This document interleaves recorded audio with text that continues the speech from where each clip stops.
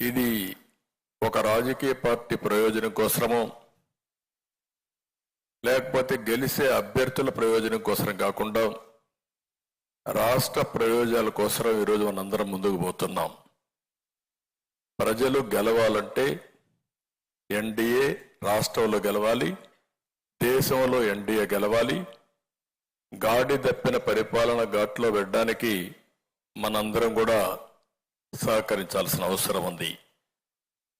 ఈరోజు అభ్యర్థుల ఎంపిక కూడా మీరు చూస్తే ఇంకా ఈరోజైతే నేను ఆలోచించాం, అన్ని రాజకీయ పార్టీలు వారి యొక్క ప్రొసీజర్స్ ఒకసారి మన ఎన్నిక ప్రారంభమైన తర్వాత పొత్తు కుదుర్చుకున్న తర్వాత అభ్యర్థుల ఎంపిక వివిధ రాజకీయ పార్టీలు చేసుకోవాల్సిన అవసరం ఉంది. ఈరోజు జనసేన కానీ బీజేపీ కానీ తెలుగుదేశం కానీ ఈరోజు మనం మన అభ్యర్థుల్ని ఎంపిక చేశాం, వాళ్ళు కూడా ఎంపిక చేస్తున్నారు.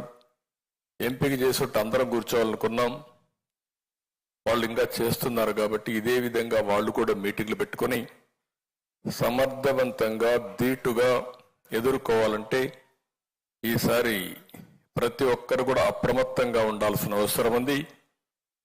ఈ రాష్ట్రంలో రాజకీయాలు ట్రెడిషనల్గా ఉంటే, ప్రజాస్వామ్యయుతంగా ఉంటే మనం మామూలుగా రాజకీయాలు చేసేవాళ్ళం. ఈరోజు ఒక పక్క చూస్తే రౌడీయిజం, అధికార దుర్వినియోగం ఒకటి కాదు, ఎన్ని రావాలనో అవలక్షణాలు అన్నీ వచ్చాయి. అలాంటప్పుడు అందరూ క్యాండిడేట్లు కూడా చాలా అప్రమత్తంగా ఉంటే తప్ప మనం ఏమాత్రం కూడా ముందుకు పోయే పరిస్థితి ఉండదు. ఈ విషయం మీరు గుర్తుపెట్టుకోవాలి. ఇంత మునిపే సత్యనారాయణ గారు మాట్లాడినప్పుడు చెప్పారు, మనోహర్ గారు కూడా చెప్పారు, 3 రాజకీయ పార్టీలు ఉన్నప్పుడు 3 రాజకీయ పార్టీలు, ఒక పార్టీ కేంద్రంలో అధికారంలో ఉన్నాం.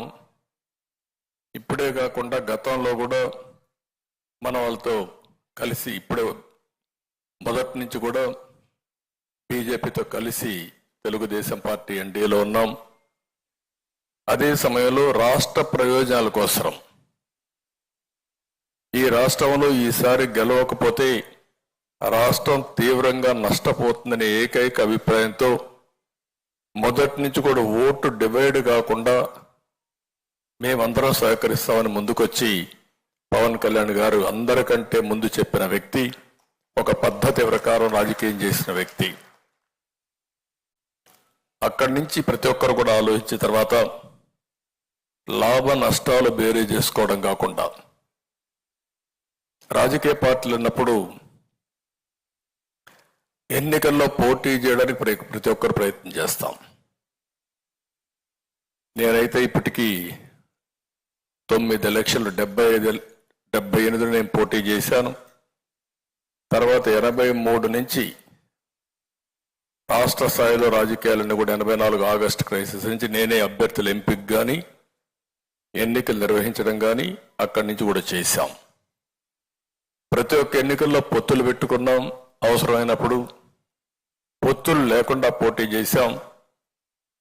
అయితే ఎక్కడికక్కడ అప్పటికుండే పరిస్థితులకు అనుగుణంగా మనం ముందుకు పోయే పరిస్థితికి వచ్చాం. అయితే ఈరోజు కూడా ఈ పొత్తులు పెట్టుకున్న తర్వాత తెలుగుదేశం పార్టీకి ఒక విశ్వసనీయత ఉంది. అదే మరి బీజేపీ కూడా జాతీయ పార్టీగా ఉంది. వారు కూడా అధికారంలో ఉండడమే కాకుండా ఒక విశ్వసనీయత వారు కూడా ముందుకు పోయే పరిస్థితి వస్తుంది. ఇంకో పక్క జనసేన పార్టీ కార్యకర్తలు కూడా పవన్ కళ్యాణ్ గారి యొక్క నాయకత్వం పైన అభిమానంతో కానీ లేకపోతే ఒక కమిట్మెంట్తో పనిచేస్తున్నారు. ఇవన్నీ కూడా పర్ఫెక్ట్గా జరగాలంటే ఒక్క వ్యక్తి కూడా ఈరోజు అందరికీ టికెట్లు ఇవ్వలేకపోయాం. ఏ విధంగా ఎంపిక చేసాం కూడా మనం మాట్లాడుకుందాం. వివిధ రాజకీయ పార్టీల్లో కొంతమంది యాస్పిరెంట్స్ ఉన్నారు.